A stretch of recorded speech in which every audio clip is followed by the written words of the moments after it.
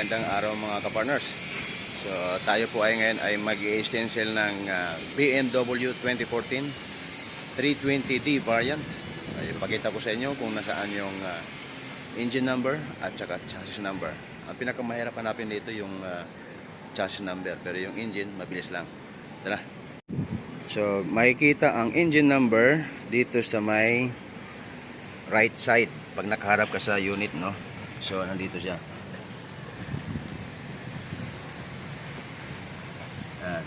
Dito sa ilalim na yan.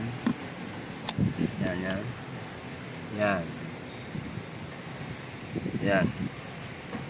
I-zoom pa natin. Zoom.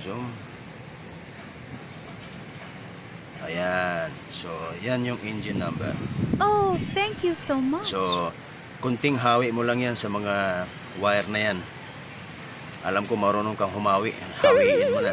So, dyan mo siya i-stencil. Ngayon, yung chassis number, ang hirap hanapin ng chassis number. Saan ba yun?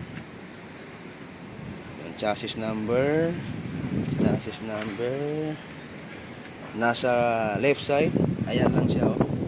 Sa ibabaw, diba? Ang hirap hanapin.